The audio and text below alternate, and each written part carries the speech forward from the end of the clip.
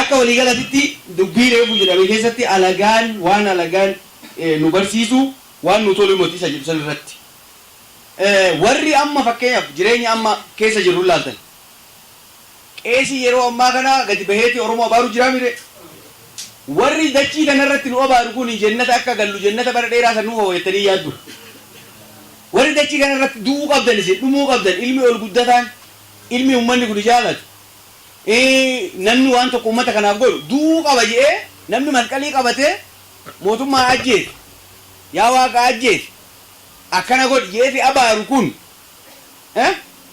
inni kun dhuguma waan gaarii gara duubatittis naa hawwa jettee in eeyda kanarraa waan nafe jira jiran itti namanne dubbitan hin jiru jechaadha wanni kanarraa hafe akka walii galaati haalli amantiin maal akka taate biyya kana keessatti amantiin mootummaas ta'uu akka dandeessu nama ofii feete malee nama biraatti akka jiraatu akka hin feete wantoota adda addaa uummata kana gidduutti calaqqisiisamee akkaataa itti uummanni kun miidhamu siyaasa wal fakkeeffamee taabota gubachuu deema jedhamee sadarkaa maaltu gubachuu deema maaltu katta'uu deema jedhamee wanni hin jirre lafatti gadi bu'ee obboleessi akka warruutu naannoo Oromiyaa keessatti wanni ta'e wanni ta'aa ture inni suni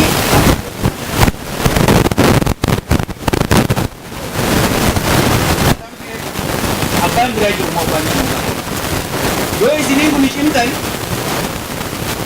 silaaree itti jiraa miti reenyu inni ofii buutti jirataa miti ree inni itti jira barsi caalaa inni cimsee itti jira ati immoo karuma qabde kana jabeeffattee ibsitee waan qabdu kana tolchitee saganteessitee karoora karoorfatte cimsitee dalagaarra oolchuudha kan kanarraa hafe taan inni itti sii jira harka caalaa inni itti sii hojjetaa jira qalbii barreessaa nama gargaaraa miti ree namicha akkasitti akkasi godhutanii jala bu'uun hin barbaachisu jechaadha waaqa lafattuu na kajeeluu fi muka qoree tollee addaa hiyyannoo jechuudha muka qoree naani waaqa lafatti nagaa du'ini muka qoree dhumaa tollee addaa namichi akkanatti kaati badhee keessattuu akkanas abaaraa oolu isa jala hoo jirtu maal akkasii godhatu situ beekuu qabaa kana adda baafattee jireenya keessatti akkasii tolfachaa deemuun nama barbaachisaa inni biraa kanan dabalee too sagantaa xaanutti dabru dhaloonni dhaabbata hordoftoota amantii waaqeffannaa hundeesse kuni kuman kalee galgalatiin jedhe dhaloota qulqulluudhas kanaaf itti amanaa fudhadhaa yoon isiniin jedhu isin qofatu qulqulluudhaa jechuu kiyyaa miti warri si fakkaatan hundi isaanii kan waaqeffa gara galmaa kanallee kan borruufuu jiran jenereeshinii haaraa wayii jaalattus jibbitus bo'ii tana sumatu baasuu dhollee jedhanii namichi laal saree qamatee tokko hanyatti kaa saree of nyaatullee sumatu bo'ii tana baasuu hin dhabneeti gara fe'e abbaan fedhe waan fedhe haa jedhu booda deemee namni ideoloojiin isaa beekumsi isaa biyya kana fudhatu isinuma tana amanaa jecha ittillee qophaa'aa jechuudha ilaalcha keessan kanatu addunyaa kana moo kan waan tokko kun karaa fedhaa namaatiin miti dirqama ta'a haalli itti jiraa miti ree kunoo haala hin arginaa mi waan ati hojjenne si hojjetamuu jira waan ta'e kanuma jechuudha karaan qajeelloon kanaaf of qopheessuun barbaachisaadha of qopheessuu jennu beekumsa qabnu dabalannee wal barsiifnee cimnee galgala ganam beekumsa sanis dabalachaa deemu beekumsa maalii beekumsa waan keenya ittiin guddisu ikonomii karaa dhaabbanni kun ittiin guddatu irratti yaadaa deemuu qaba akka waliigalaatitti waan jireenya dhaloota kanaa jireenya godhee dhaloota kana of fuulduratti oofa jennee yaannu guyyaarraa guyyaatti sammuu keenya of qopheessaa deemuu qaba nama xiqqaa goonee of laaluu hin qabnu isa kana xiqqaa goonee of ilaaluun nu barbaachisu jechaadha xiqqaa goonee of ilaalla taanaan hin qophoofu yoo xiqqaa goonee of ilaalle hin qophoofnu waan ta'eef xiqqaa goonee of ilaalle nuyin kuni waan barbaanne waan akka dhaloota tokkotti hojjechuu dandeenyu hojjechuu warra danda'u humna haaraa sammuun isaa banaa ta'e kan gidiraa biraatiin baay'ee cuubamin kan immoo cubbuu godhee qabeenya namaa saamee waan adda addaatillee godhi waan ta'aniif kan immoo warra akkasii godhellee hoo jiraatu qoricha kunuas dagalee fa'aa waan asiranii fayyisuu waan dandeenyu bifa kanaan itti qophoofnee wantoota barbaachisaa ta'u dalagachaa deemuun murteessaadha waan jedhu qabaa jechuudha. Walii galaa miti kana akkasitti itti qophaa'aadha jechuudha. Inni biraa yeroo hundumaa ilma namaa taatee gaafa jiraattu yookaan ilma namaa taatee yeroo hojjettutti garaagarummaan ilma namaa yaaduu dhabuu miti. Yaaduu dhabuu don taane fageessanii yaaduudhaan garaagarummaan jira. Jijjiirama fidaa deemuudhaan garaagarummaan kan jiru. Kanaaf nuyi waan ammaan tana jireenya ammaan tana keessa jiru yookaan rakkoo ammaan tana keessa jiru isiitti odoo danqabnee isiisanii wajjin rakkachuu odoo hin taane waan of fuuldura dhaloonni keenya ta'uu qabu sammuu keenya keessatti isa san tilmaama sammataa keenya keessa qabaachuu qabu. Dhaloonni keenya fuuldura biyya kana keessatti akkamitti jiraata? Ilmoon ani beekee akkamitti jiraata? Intaltiin ani dhalche akkamitti jiraata?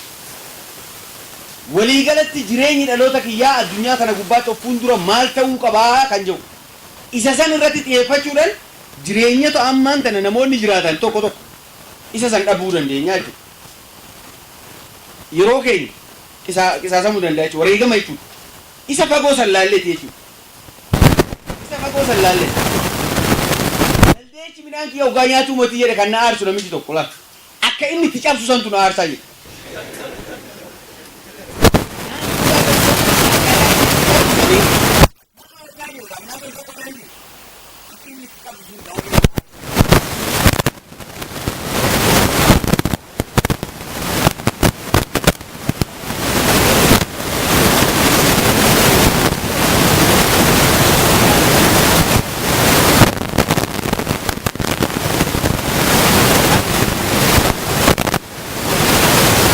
waan agartee mammaaksa tokkotu jira waan agartee jallisanii mammaaksi nu balleessanii ilmi kan abbaa fakkaatuu miti kan bara fakkaatu tolojjaanii waan bu'uura irraa ittiin nu jallisantu jira jechuudha.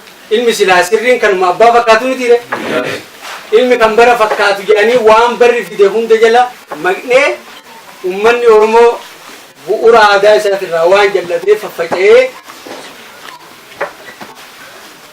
gama adda facee walwallaalutti deemee har'a immoo galanni ayyaana abbaa Oromoo haa ga'uuti dhaabbata har'a ijaarree itti walgeenyas jiru kanaan walitti qabamnee aadaa kana deebannee of taanee qabxii of ta'uu jennee amma wal barsiifnu kana hundeessinee galmoota bal'aa keessatti barsiisuu kan dandeenye bakka irraa banne beekuudhaan jechuudha.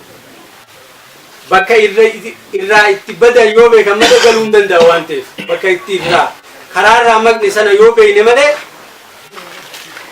bakkatti deebi'uu waan hin dandeenyeef. Kanaaf dhaabbanni keenya bakka irraa uummanni Oromoo aadaa ofiitirraa uumaa isaatirraa itti jal'ate san wal agarsiisee bakka sanatti bu'uura sanitti yoo deebine of taanee wal taanee abbaa waan keenyaa ta'uu dandeenya. Namooma ta'uu huyyuu hanga of dhabuu tokkotti gatii keenya wallaallee gatii namaa barree gatii keenya namatu nu himuu danda'a jechuudha. Nuti gatii namaa malee gatii keenya waan nu hin barsiisini waan agartee akkuma reefu jee sagantaa garaagaraatiin bu'uura aadaa keenyarraa of ta'uurraa waan jallanneefi aadaa keenya amma faranjootatu nu himuudha kitaaba garaagaraatti irra barbaadaa jira jechuudha namni. Garuu akkas hin ture jechuudha. Wanni godhamaa ture san eega dhaabbata kana dhaabne garuu waan keenya numatu beeka malee namni nuuf beeka? Namni nuuf hin beeku. Kanaaf namni yoo gatii ofii baree fi gatii waliin qabu bare eessaa bara of ta'uurraa barataa jechuudha. Of ta'uutu nu barsiisa malee ambii ati akkasii Oromoo kana qaba jee waan Oromoo nuyi abbaarran namni of beeku jiru. Oromoon abbaarran kan nama beeku waaqa tokkicha jee amana malee namni namarra nama beeku ni jira jee hin amanu jechuudha. Abbaarra namni nama beeku waaqa tokkichaan alatti. Kanaaf wanni Oromoon ta'e maali? Waan Oromoodha alagaatu nu hima. nu hima jechuun maal jechuudha? Isaantu hanga nuti of beeknu caalaa nu beekaa jechuutti dhufaa jechuudha. Karaa kana dhufu. Kun immoo wallaalarraa jechuudha. Bu'uura keenyarraa waan jallanneefi aadaa keenya nutu beekuu qabna jennee ofitti amanuu dhabuudha. Nama ta'uu keenyaa namni akkatti nu fudhatantu jira jechuudha. Nuti warruma nama tajaajilu uumame fa'aa jedhamee namni gariin akkasitti amanuu jira jechuudha. Waan sagantaan nama nu barsiisaa ture.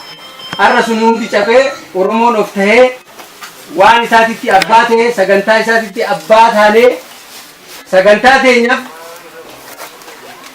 gorsa alaa nu barbaachisu jechuudha. Oromumarra Oromoodhaaf dhaloota keessa dhalootaaf burqitee beekanis suma keessa jira beekaa kan keessuma keessa dhaloota keessa beekan alagaadha waan alagaa malee waan keenya nu barsiisne jechuudha. Akka seenaa keessatti sin nageenye sin agarra jechuudha addunyaa kanarra. Namuu qallattus mogollee kan ofiitirra taa'a waan jaanii fi hammaatus tolus beekan kanuma of keechaa magree dhaloota kan kee keessa magree dhaloota san karaa qabsiisu malee alagaan silaa eenyummaa keenya nuu himuu carraaqu suni yoo dantaa wayii qabaate malee waa'ee kan keen dubbatu jechuudha. Dantaa wayii keessaa qaba. Wanni gangalaa ganama faayidaa akkasiitii jira jedhanii nuu himamu kana yoo dhugummaan isaa gadi qabamee silaa laalamee jarri kun waan baay'eetu jedhamaa waan qananii babbareeddutu nutti himamaa jannatnis ni jira. Wanni sun silaa dhugaa jirtu dhugaa lafa tanarra jirtuun jarri kun odoo wanni sun jiraate nutti himaa waan jedhu na shakkaa jechuudha. Ni shakkina jechuudha. Waan babbareedduu silaa nuu himan booda fa'aa jirti jedhanii nuu himan sanii namni tokkoon isaaniitillee hanga alatti hafutti nuu himan yoo hanga waasan isaan ofiitti ol galanii dhumanitti irraa maayii yoo nuu himan malee dura nuu himan. Amma garuu waan hin jirre waan beekanii fi dursanii namni nuu himan nu taate jechuudha. Sagantaan alagaa biyya kana keessatti sagalee guddaadhaan himamu kuni bakka silaa bu'uura irraa magarte sanitti hanga kanan himamtu jechuudha. Inni horkama. Hanga nan himamu. Ishiin tun biyya abbaan qabne taateeti galgalaa ganama irratti waan dhaloota kana faajjisuu irratti himamaa oola malee. Kuni waan of dhabuu nutti fidde jechumaaf inni hanga kana tuttuqee malee sagantaa biraa tuttuquuf odoo hin ta'ini faayidaa fi waan agartee waan dabarsanis tuttuqanii madaa jirtus baruun barbaachisaa waan ta'eef agas tuqee. Kanaaf yoo of taanne wal taanaa wal tahiifni abbaa waan ofii ta'uudhaan nama geessaa jechuudha. Wanni kan kee maali waan jedhu mataan bakka ba'ee wallaalu waan jaanii fi uuma beekaa jechuudha yaadanu. Dhaloonni waan isaa wallaalu uumamaa si beeksisa waan ta'eef. Kanaaf waaqeffataa ta'uun of ta'uun heera uumati yoo jennu of ta'uun illee heera uumati akkuma guyyaa halkanii jijjiiru saniiti. Abbaa uumatitu of taasisee nu uumedhaan. Abbaa uumatitu of taasisee nu uume.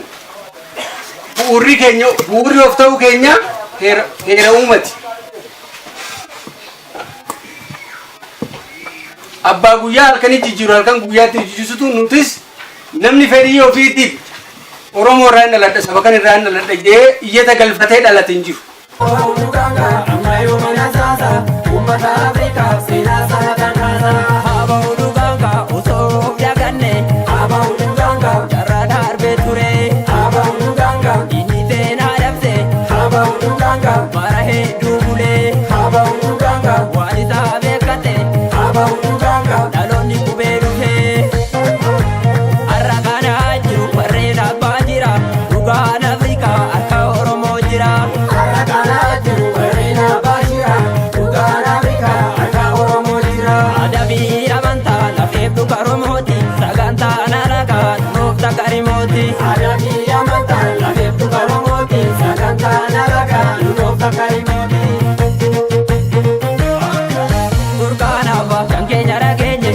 fuudhee namicha fuudhee iraas kaasatti geechi qaacanii mannisaa.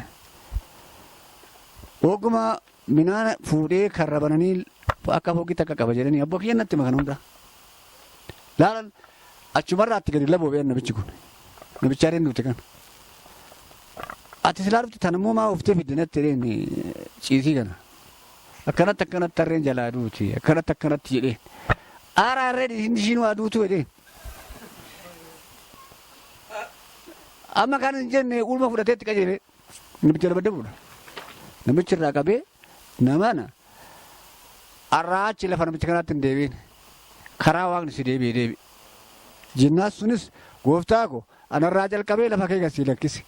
Gara waaqni deebisan namicha achumaan baalitti xeerra jedha.